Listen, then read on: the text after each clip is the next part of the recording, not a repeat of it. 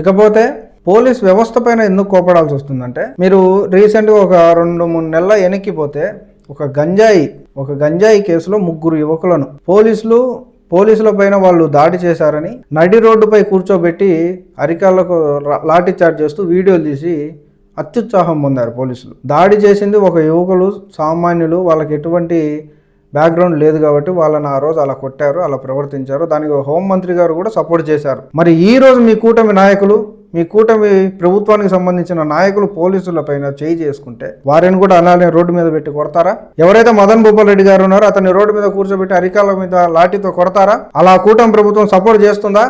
ఆ రోజు ఆ యువకులను కొట్టినప్పుడు హోంమంత్రి గారు కరెక్ట్ అన్నారు కదా, మరి ఈ రోజు కూడా మదన్ భూపాల్ రెడ్డి గారిని రోడ్డు మీద కూర్చోబెట్టి కొట్టి అది కరెక్ట్ అని చెప్పాలి, ప్రెస్ మీట్ పెట్టాలి. ఇలా చేస్తుందా? దీన్ని బట్టి అర్థమవుతుంది కూటమి ప్రభుత్వం అనేది స్వార్థపూరితంగా ఆలోచిస్తుంది.